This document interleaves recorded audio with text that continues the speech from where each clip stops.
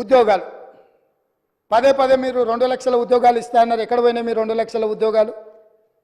అసలు తెల్లారేయాలి కదా అధ్యక్ష. మీ ఉద్యోగాలు పోయిన దుఃఖంలో మీరున్నారేమో కానీ నిరుద్యోగ యువకులు ఆ దుఃఖంలో లేరు అధ్యక్ష.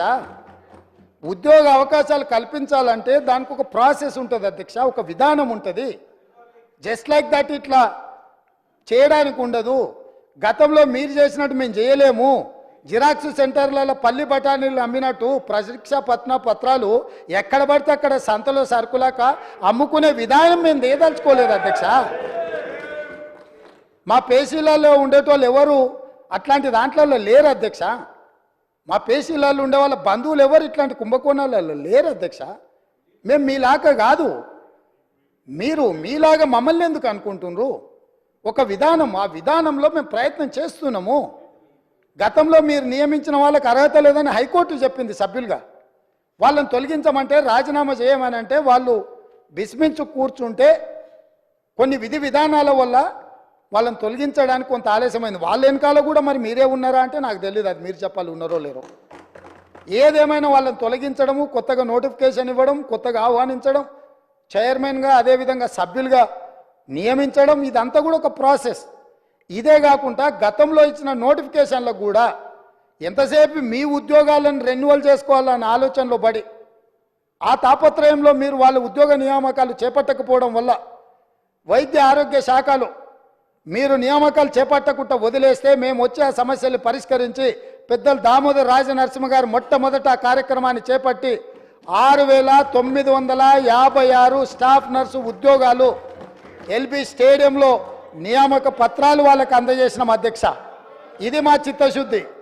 అదేవిధంగా మొన్నటికి మొన్న సింగరేణి బొగ్గు గని కార్మిక సంఘంలో 2 సార్లు వాళ్ళే అధికారిక కార్మిక సంఘంగా ఎన్నికైనరు. కానీ ఏనాడు ఆ కార్మికుల బాగుల గురించి ఆలోచన చేయలే. అందులో కూడా ప్రశ్నాపత్రాలల్లా అదేవిధంగా ఇచ్చిన టెండర్లలో ఏం జరిగిందో భవిష్యత్తులో తేలుతుంది. కారుణ్య నియామకాలు కూడా చేపట్టలే. వాళ్ళ ఇంట్లో మాత్రం 4 ఉద్యోగాలు కారుణ్య నియామకాలు చేపట్టారు. వాళ్ళు ఉద్యోగాలు ఉంటూనే ఉంటారు, రెన్యువల్స్ మీద రెన్యువల్స్ ఎక్స్పెక్ట్ చేస్తూనే ఉన్నారు. ఎంబడే మా బట్టి విక్రమార్క గారు ఆ కారుణ్య నియామకాల విషయంలో స్పష్టమైన నిర్ణయం తీసుకొని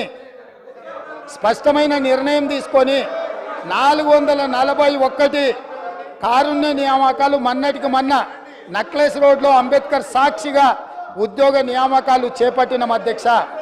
అదేవిధంగా పోలీస్ డిపార్ట్మెంట్లో నియామకాలు చేపట్టాల్సిన చర్యలు వాళ్ళు చేపట్టకపోవడం వల్ల 15,000 పోలీసు ఉద్యోగ నియామకాలు వాళ్ళు ఇట్లనే అరిసి గోలబెట్టినా వీళ్ళు ఇట్లనే అరుచుకుంటూ కూర్చున్నా తొందరలోనే పోలీస్ శాఖలో 15,000 పోలీసు ఉద్యోగ నియామకాలు చేపట్టి మా చిత్తశుద్ధిని నిరూపించుకున్న బాధ్యత మా మంత్రివర్గం తీసుకున్నది.